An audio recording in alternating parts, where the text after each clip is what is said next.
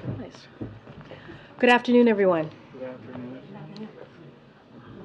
So President Biden, as you all know, has met with countless survivors of gun violence and families, mourning loved ones, and the message he hears most often is, do something. Today, President Biden will build upon the historic actions he's taken through the bipartisan Safer Communities Act and the 24 executive actions he's taken to date, and announce the establishment of the first ever White House Office of Gun Violence Prevention. This new office will be overseen by Vice President Harris, who has been a key leader in the Biden-Harris administration's effort to end our nation's gun violence epidemic. The office will be held by Stephanie Feldman, a long-time policy advisor to President Biden on gun violence prevention, and two leading gun violence prevention advocates, Greg Jackson and Rob Wilcox. They will join the administrations as deputy directors of the office. Ahead of this afternoon's event in the Rose Garden, I am pleased to welcome to the podium someone who has more authority to speak on this issue than nearly anyone else in this town. And I say that sadly. Congresswoman Lucy McBath. Through her grief and because of her perseverance, she has become a tireless advocate for gun safety reform. For some, this is an abstract debate, but not for Congresswoman McBath. She has lived with the awful and tragic reality of the gun violence epidemic in this country. I can think of no better person to share what today's news means to so many families across the country. On a personal note, she is a hero of mine. In 2018, as I was at a previous job I held, we were sitting around deciding who was going to go to the different districts across the country, obviously, to organize and knock on doors. I stood up and asked to go to Lucy McBath's district because she has so inspired me, and I know so many others out there, with her strength, with her smarts, and her vision for this country. So I literally went door to door, knocking in what is now your district for your first election. And it is a really, truly an honor to have you here today on this important historic moment here at the White House. The podium is yours. Congresswoman. Thank you. Well, thank you so much, Karine. And while I serve as a member of Congress today, I am speaking to you first and foremost as a mother. Just over a decade ago, I was living like any other mom in the Georgia suburbs, and I dedicated my entire life to raising my son, Jordan.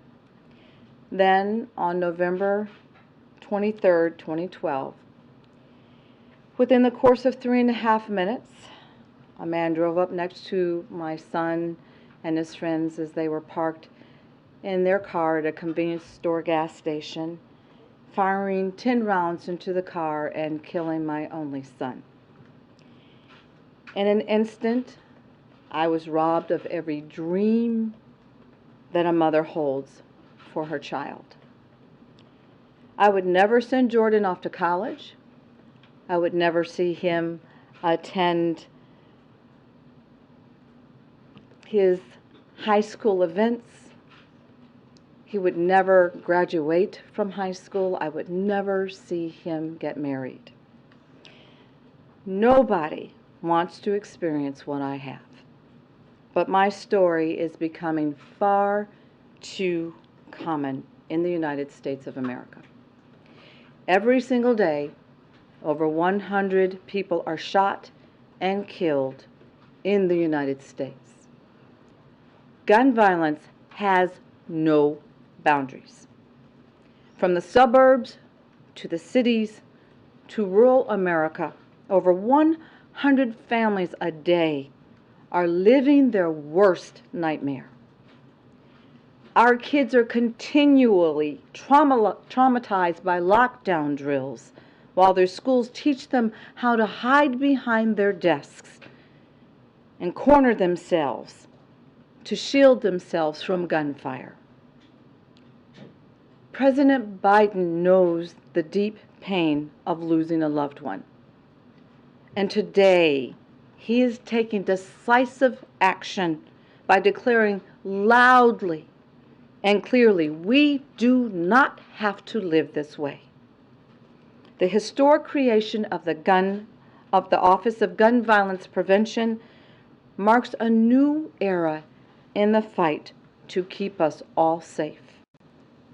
The office will increase coordination between states and ensure proper implementation of the gun safety legislation that we have already passed in Congress. President Biden's actions today truly will save lives. Thank you.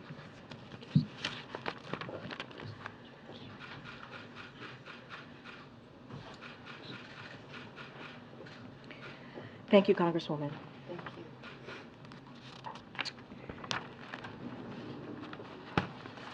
So a couple things before we go into questions. Today, extreme Republicans are voting in a House committee on 4 destructive appropriation bills as they continue to march toward a shutdown that would hurt our economy and threaten our safety. House Republicans failed multiple times this week to do their basic duty: keep the government running. Instead, they were pushed to the extremes with increasingly severe cuts to programs Americans rely on, which have no hope of passing the Senate. And having accomplished nothing this week, they have all decided to go home. That's not delivering for the American people. It's chaos. It's failing. It's actually failing the American people. Now, you don't have to take my words for it. As you know, we like to take it straight from the horse's mouth, if you will, and do quotes here. So, House Republicans have said it. They've said it themselves. Representative Frank Lucas said there are, quote, folks who want to use this as an opportunity to blow the place up. Representative Jerry Carl said, quote, I truly think that they want it shut down, end quote. Representative Matt Gaetz said, we will have a government shutdown. We cannot blame Joe Biden. We cannot blame House Democrats, end quote. That's because House Republicans are to blame, and we've seen that week after week after week. So now the question for House Republicans is very simple. Do they continue to pursue increasingly extreme bills that would hurt their constituents by slashing education, slashing health care, Meals on Wheels, and much more, all while barreling toward a needless shutdown that would threaten nutrition assistance for nearly 7 million mothers and children? Is that what they want? That's a question for them. They have to answer this. Or do they keep their promise and abide by the bipartisan agreement? Two-thirds of House Republicans voted for this bipartisan agreement just 4 months ago, back in May. It's not complicated here. It's truly not complicated, because a deal is a deal. So another thing before we continue, here at the White House this afternoon, the President is taking another action to save lives, signing a bipartisan law that will make the organ transplant system work better for more than 100,000 people on the waiting list for organs. Everybody knows the system has been broken for years, with heartbreaking consequences. Now, with the President's signature, we are taking significant steps to improve it.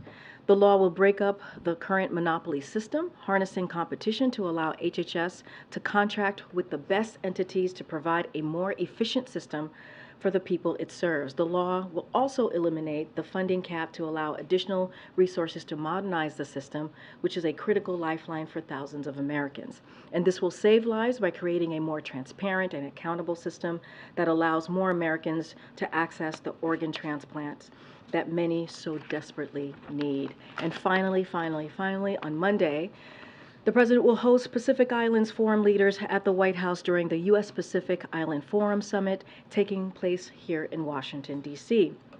This is the second summit with Pacific leaders that the President will be doing here. It will reaffirm his support for strengthening ties with the Pacific Islands and discuss how we address complex global challenges like tackling the existential threat of climate change, advancing economic growth, and promoting sustainable development. Over the past year, we've taken our engagement with PIF countries to new heights, and we're looking toward to continue to deepen our partnerships. And we'll have more for all of you later this afternoon. There will be a call that all of you can jump on. I believe it's at 3:30, and so stay tuned. And with that, Will? Thanks. I have two topics. First on Senator Menendez. Did the White House know that an indictment was coming today, and does the President believe that the senator should resign? So a couple of things. I'm going to be really careful here. This is a not comment because this is an active matter. We learned about this just like all of you, but again, this is an active matter, so I'm not going to comment. No comment on resignation? I'm just active matter, not going to comment. Okay. On the UAW strike, the UAW has invited President Biden to the picket line. I'm wondering if he has any plans to go, and also the strike is expanding to 20 states. Is the president going to feel more pressure to move both parties towards resolution? So, yep, on your first question, I don't have any updates to the president's schedule at this time, just don't have anything to share, but certainly the president appreciates Sean Fain's inviting him, including him, certainly with all the family and friends of the UAW, and so the president has been really clear about this. He believes the union built the middle class. That's something that he has said for years now. And of course, he is a union guy who will continue to fight for UAW and also union workers. So that will not end. That is something that he has certainly been steadfast about for the past several years. So we are, of course, in touch with the parties. As you know, Acting Secretary of Labor Julie Su and also Gene Sperling have been in regular touch for the past several weeks with all parties.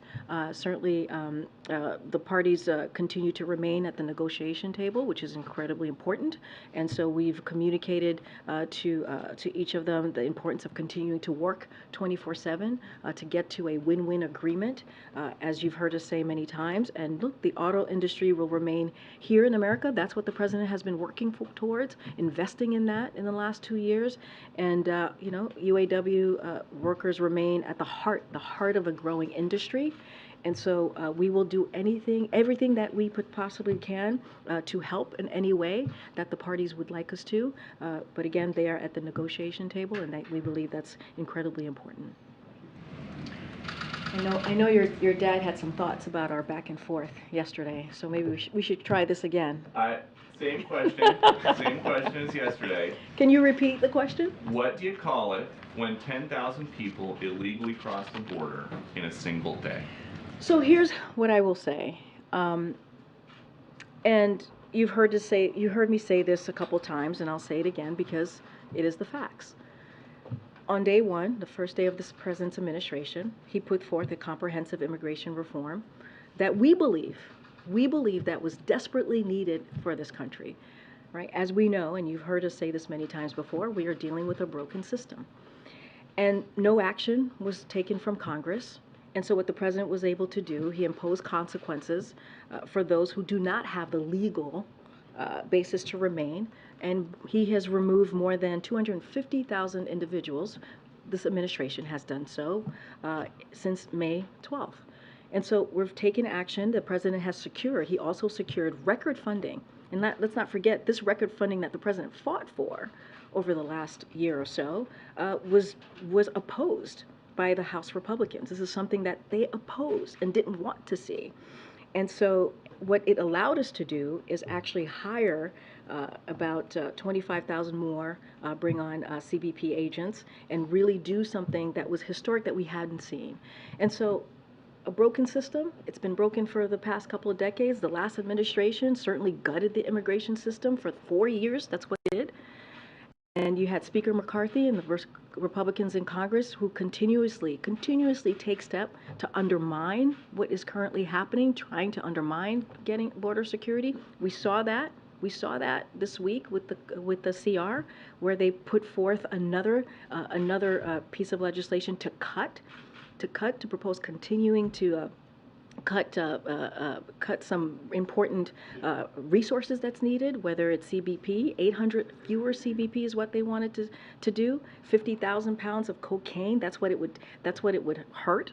Right, in trying to prevent that from coming in, right? When you think about more than 300 pounds of fentanyl, when you think about more than 700 pounds of heroin, more than 6,000 pounds of methamphetamine to enter the country, that's what they were trying to prevent from the work that we're trying to do, prevent from coming into the country. So we would love to do this in a bipartisan way, but we're not seeing that. What we're seeing from House Republicans is wanting to defund, DHS. But when you spoke last month, Yeah. and you said, we are stopping the flow at the border, is 10,000 migrants in a single day stopping the flow? What I will say is, I just mentioned 250 individuals have been stopped who do not have the legal pathway from coming in. That has been since May 12th. And as we are, looking at Eagle Pass, and I know this is where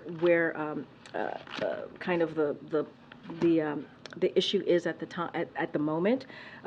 CBP quickly surged resources and personnel to the area, and thanks to their great work, we're able to swiftly vetted and processed into custody more than 2,500 individuals and cleared the area where migrants had congregated. And that's the work of our law enforcement. That's the work of our law enforcement at the border. Remember, House Republicans are trying to cut that. They're trying to cut that. Totally different subject. Sure. There are some new relaxed standards in town. Would President Biden ever show up to an official meeting wearing shorts and a hoodie?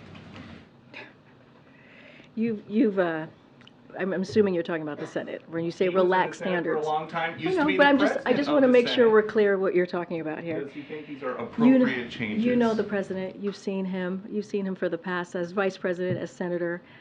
He dresses better than most of us here, and so I'll just leave it at that. I'm not going to comment on how Senate is running their business and the decision that they make. That is up to them. That is not for us to decide. Last one. Or At a speak to. fundraiser this week, President Biden told donors about how Charlottesville inspired his campaign, and then according to the pool, a few minutes later, he told the story again nearly word for word. What's up with that? What I can tell you is, and I'm going to be careful not to talk about, because this was a campaign event for this upcoming campaign, obviously in 2024, so I'm not going to speak to that, put that out there for the Hatch Act. But what I can speak to is, look, the president was making very clear why he decided to run in 2019. He made it very clear as to what he saw in this country and what was going on. And he got 81 million votes, a historic amount of votes from Americans across the country who believed that this was a president who can help protect our democracy, get our economy back on track, and could be a leader and the adult in the room. And so that's what you saw. I'm not going to speak to comments that were made during a campaign event, but I can certainly speak to why the president is president today and why he decided to take on this job. And it is important for him to continue to deliver for the American people, and that's what he's going to do. Go ahead, Nancy. Thanks, Go ahead, Nancy. I know you don't want to interfere with an ongoing investigation, but given the unique nature of the charges against Senator Menendez, taking bribes from a foreign country, he's the chair of the Foreign Relations Committee, what message does it send to other countries if he's allowed to stay in that role? So I believe from some of your reporting, I think there's discussions happening about his next steps, the senator's next steps. So I leave it to the leadership of the Senate, and certainly leave that to the senator's office.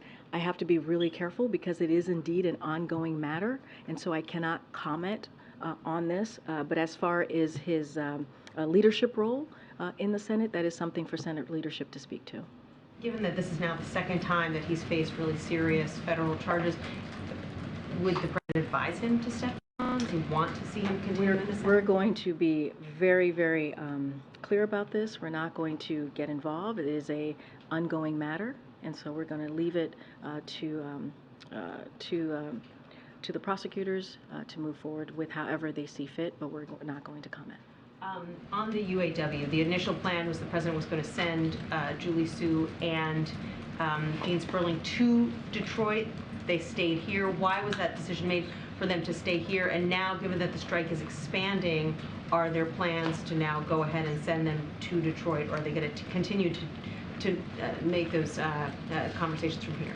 So there was a mutually agreed decision that was made this week that that was believed to be the most productive way to move forward was for Jean and Julie to stay back and to help from Washington in the best way possible. That was a mutually agreed agreement. And look, we are in constant; those two are in constant conversation with all parties.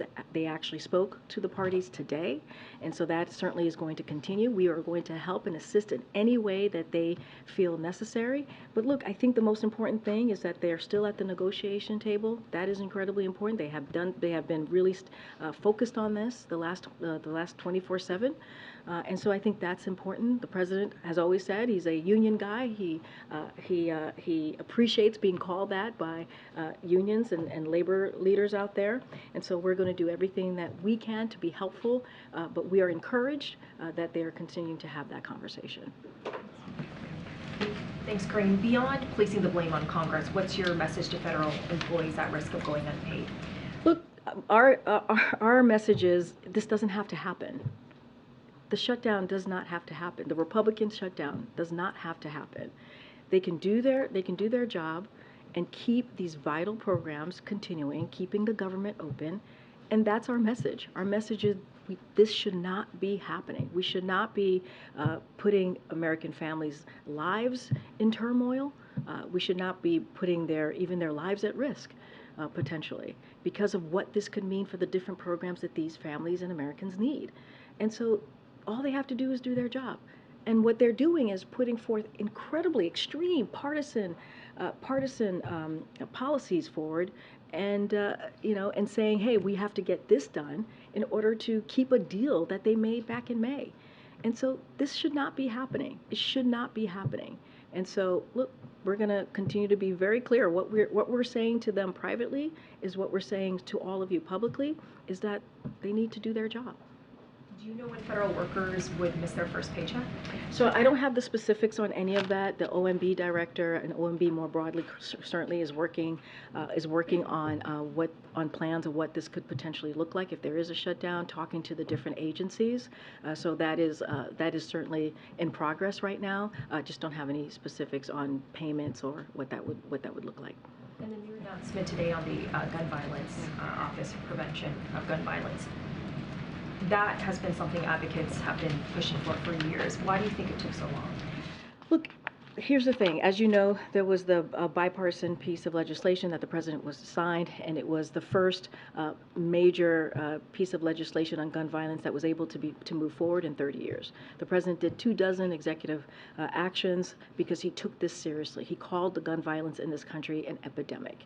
And so I said this yesterday, and I've said this many times. You've heard this from the president. There are people who are sitting at their kitchen table every night who is missing a loved one because of this violence. Because you can't go to your congregation, you can't go to your grocery store and not worry about potentially getting shut down. You have kids who are going to school, who are you heard directly from the congressman what they have to go through now because of this gun violence epidemic. So right now is the right moment to establish this office. We want to accelerate what the president is put forward in his 24 executive action. We want to accelerate the law that he was able to sign into law. The legislation was able to sign into law to continue to get the work done.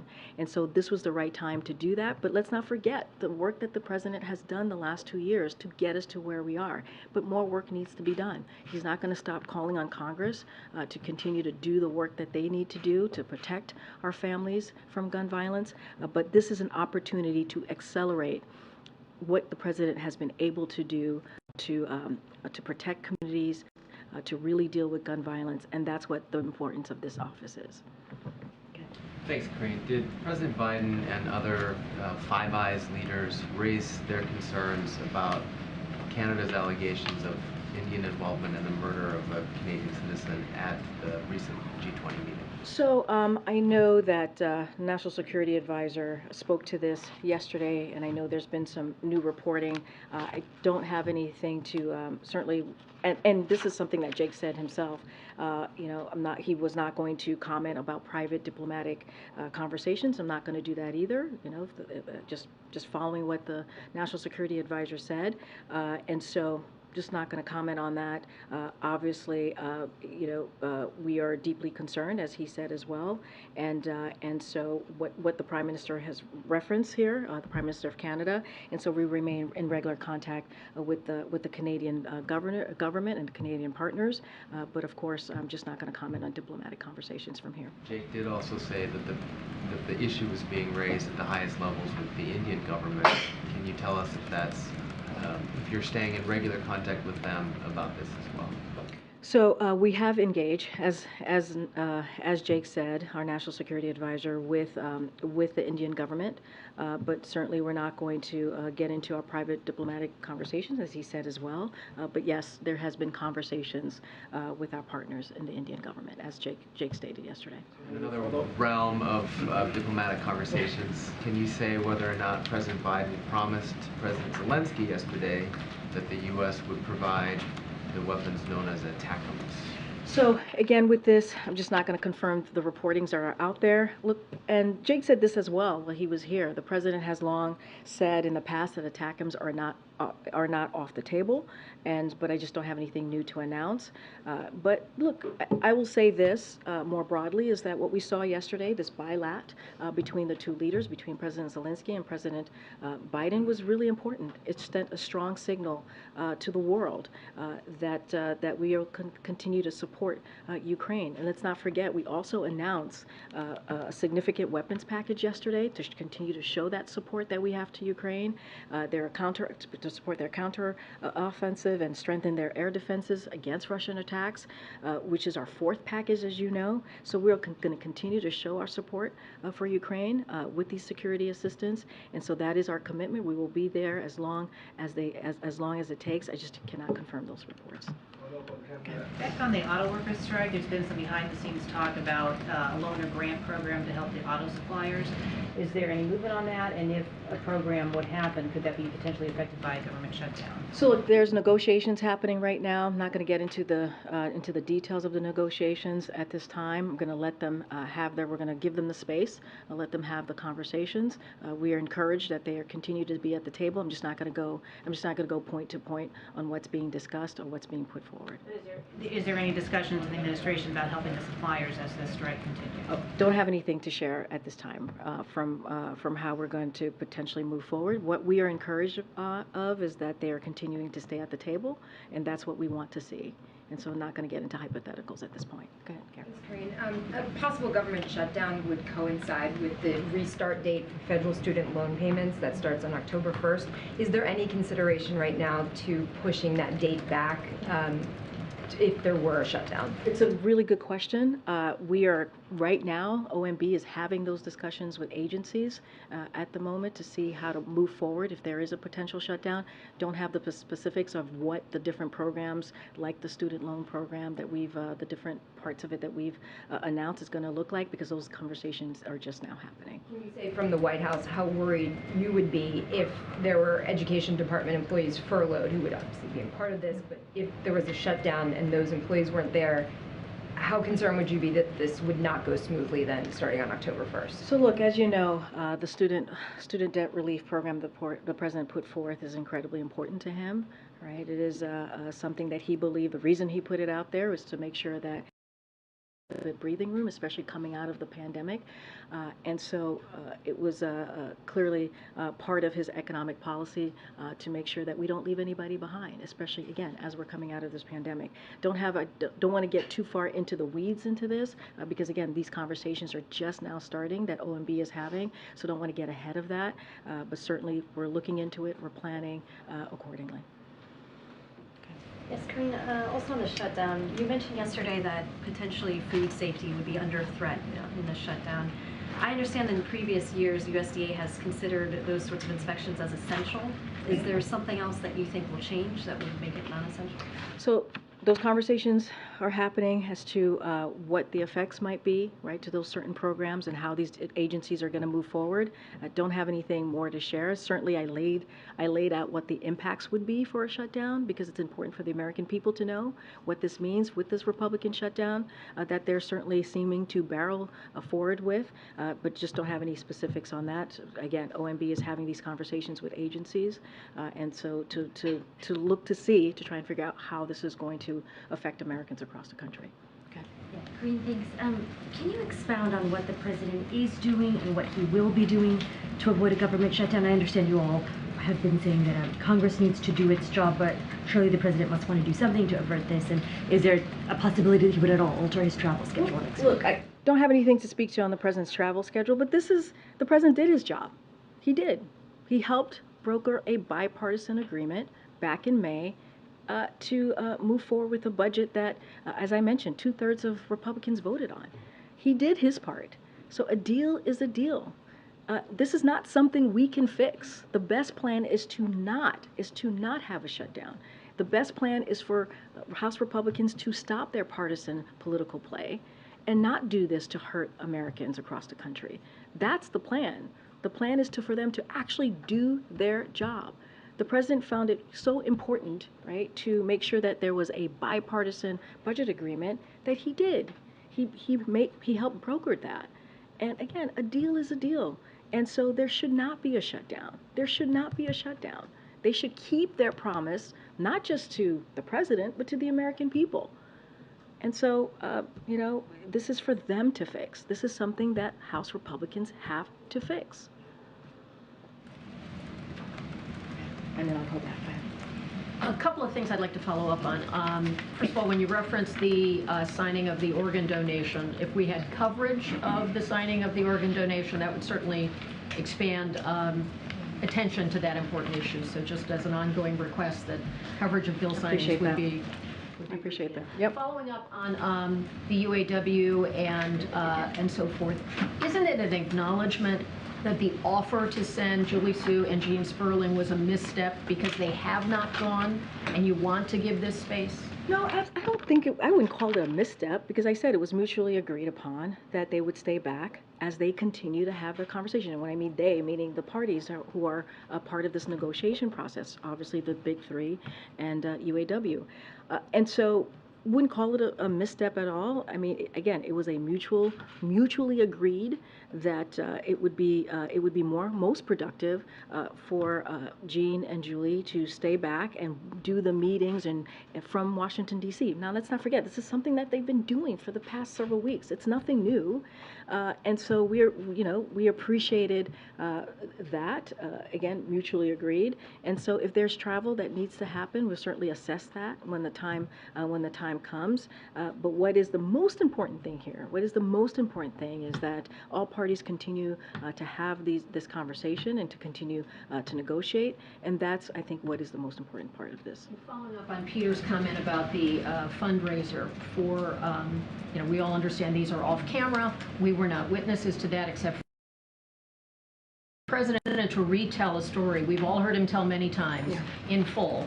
And stipulating that we often, as human beings, we misspeak, we do things, I've done it myself, so stipulating all of that. Is it any concern that he would fully retell a story in the same space, in the same event? Sometimes we speak as well from here and retell a story. But look, I think it's important to note that the president was speaking, as you said, at a fundraiser, and he was speaking from his heart. He was speaking about why he's decided to do this. And you hear the president talk about this, it's always incredibly emotional for him because he didn't have to. He went through an incredibly difficult time when he was deciding to jump into the race. And so, but he saw, as somebody who served as senator, as somebody who served as vice president, what was going on in this country under the last president. So he Charlottesville. did knowingly and mindfully that he wanted to reach I have not spoken to the president about it, certainly, but what I can say is the passion that he has when he tells that story and how important it is for him to have done something because he believed, our democracy was at stake, and that's, and what he saw. I mean, you all saw what we saw in Charlottesville. It was devastating. It was a part of our country that was devastating to see. And so, he spoke to that passionately, and that's why he's in this. He's in this because he believes that he can help move this country forward in a way that brings it to its best, right? When he talks about possibilities, and that's why he was speaking to in an incredibly passionate way. Okay, go ahead, Gary. Thanks, Karine. While gun violence impacts communities all across the country, Black, Jewish, and marginalized communities often fall at the intersection of gun violence and hate-fueled violence. In many parts of the country, those who commit hate crimes can still have legal access to a gun. How important is it for this new office, to address gun violence intersectionally? Oh, it is incredibly important. When we talk about gun violence, it's not one community that's affecting, as you just laid out, it's multiple communities. So this is something that is at their intersection. It is so important that we do not forget a community here. As you know, this is going to be overseen by VP Harris, Vice President Harris, which is going to be incredibly important. We have Steph Feldman, who's going to be the director, and she'll have 2 deputies. We're taking this very seriously, and this is about all communities, all communities. As we hear the horrible stories, right? We hear stories of different brown and Black communities, rural communities, urban communities being affected by gun violence, and enough is enough. Remember what I said at the top of the briefing. The president hears from multiple victims, and the thing that they say to him is do something. And it doesn't matter where he is around the country, who he's comforting during these awful attacks. That's what he hears, because all of these communities are feeling the same thing. They're losing loved ones. And so it's going to be incredibly important to make sure that we don't leave any community behind. This is not a president that does that. This is the president that talks about being inclusive. And so that's what you're going to see from this office. What this office is going to do, as I said moments ago, it's going to accelerate the work that the president has already put forth. The bipartisan law on gun violence. When you think about the 24 executive actions that he's taken, it's going to help accelerate all of those really critical pieces, so that we can get to a place where we're not sending our kids being frightened to school because there might be gun violence at their school, or going to a grocery store, right? And so that's the importance of this office, is to really get to work and accelerate the work that we've already been doing. Thanks. On Ukraine, after Zelensky's visit yesterday, Biden said that he was putting on a good adjustment of Congress to keep approving it for Ukraine. How confident is he that Republicans are going to keep approving additional funding in an election year? So, look, this is something that Jake Sullivan spoke to, our national security advisor spoke to yesterday. As you know, he's been very much involved in having conversations on the Hill with congressional members, both Democrat and Republican, sitting down, talking through the importance of continuing the funding. We have said over and over again how much we appreciate the strong bipartisan support that we've seen for Ukraine in helping them fight in this war as they're fighting for their democracy. So we're going to continue to be confident. We're going to continue to have those conversations, and we believe, and that's what when I said earlier about how important it was for the 2 leaders to have this bilateral engagement yesterday. The message that it sends is that we should that we are going to continue to support Ukraine. So we're confident in that support, that bipartisan support for Ukraine, and so we're just going to continue to have those conversations. Also on Israel, Netanyahu said today that he believes Israel and Saudi Arabia can achieve a historic peace deal, and that President Biden can clinch the deal. But he also said that we should not give the Palestinians a veto. How confident is the White House that Israel and Saudi Arabia will normalize relations? Is it possible a deal without the Palestinians? Would Biden still like it? I mean, if it doesn't include the Palestinians? So a couple of things, and this is something that Jake Sullivan spoke to when he spoke to normalization. So many of the key elements of a pathway towards normalizations are now on the table, as you just stated, and there is a broad understanding of these elements, which we're of course not going to discuss publicly. So the specifics require an incredible amount of legwork, discipline, rigor, and all of the stakeholders in this are applying that as we speak. This is coming from Jake yesterday. And that said, we don't have a formal framework here. We don't have the terms ready to be signed. There's certainly lots of work to do, and we're going to work through it. Look, a normalization agreement between Israel and Saudi Arabia will include a serious component dealing with the fundamental issue between Israeli and Palestinian. This is to your question.